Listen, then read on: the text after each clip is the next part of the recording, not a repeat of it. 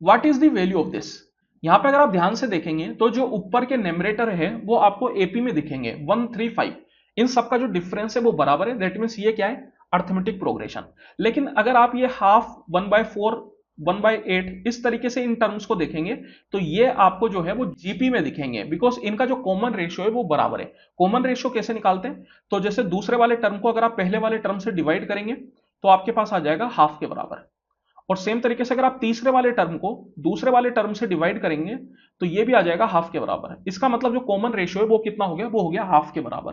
तो मैं बोल सकता हूं कि अगर ऊपर अर्थमेटिक प्रोग्रेशन और नीचे ज्योमेट्रिक प्रोग्रेशन है तो ऐसी सीरीज को अपन बोलते हैं AGP, that is arithmetic geometric progression.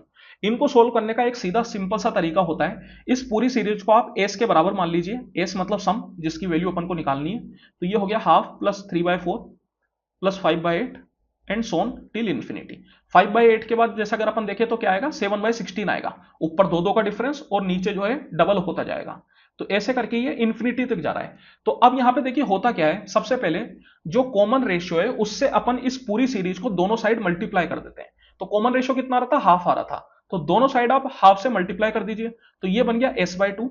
और यहां पर जो पहला टर्म है उसको आप यहां पे पहले टर्म पे नहीं लिख के दूसरे टर्म के नीचे लिखेंगे, तो हर टर्म एक एक आगे खिसक जाएगा। जैसे ये हाफ को अगर मैं हाफ से मल्टीप्लाई करूंगा तो कितना आएगा, 1/4 आएगा, तो इसको यहां पर लिखेंगे। फिर 3/4 को अगर हाफ से मल्टीप्लाई करेंगे तो कितना आएगा, 3/8 आएगा, तो उसको अपन यहां पे लिखेंगे। और फिर 5/8 को अगर हाफ से मल्टीप्लाई करेंगे तो कितना आएगा, 5/16 आएगा, उसको अपन यहां पे लिखेंगे, एंड सो ऑन, ये कहां तक जाएगा, इंफिनिटी तक। अब यहां पे अपन क्या करेंगे, ये पहली वाली में से दूसरी वाली को सब्ट्रैक्ट कर लेंगे, तो s माइनस s/2 अगर आप करेंगे तो s/2 ही आ जाएगा, ये हो गया आपके पास हाफ। अब यहां पे आप देखिए 3/4 माइनस 1/4 जब आप करेंगे तो 3 माइनस 1 मतलब ये हो जाएगा 2/4। सेम तरीके से 5 माइनस 3 हो जाएगा 2/8, 7 माइनस 5 हो जाएगा 2/16। तो यहां पे ये इस तरीके से अब सीरीज चलती जाएगी, कहां तक, इंफिनिटी तक।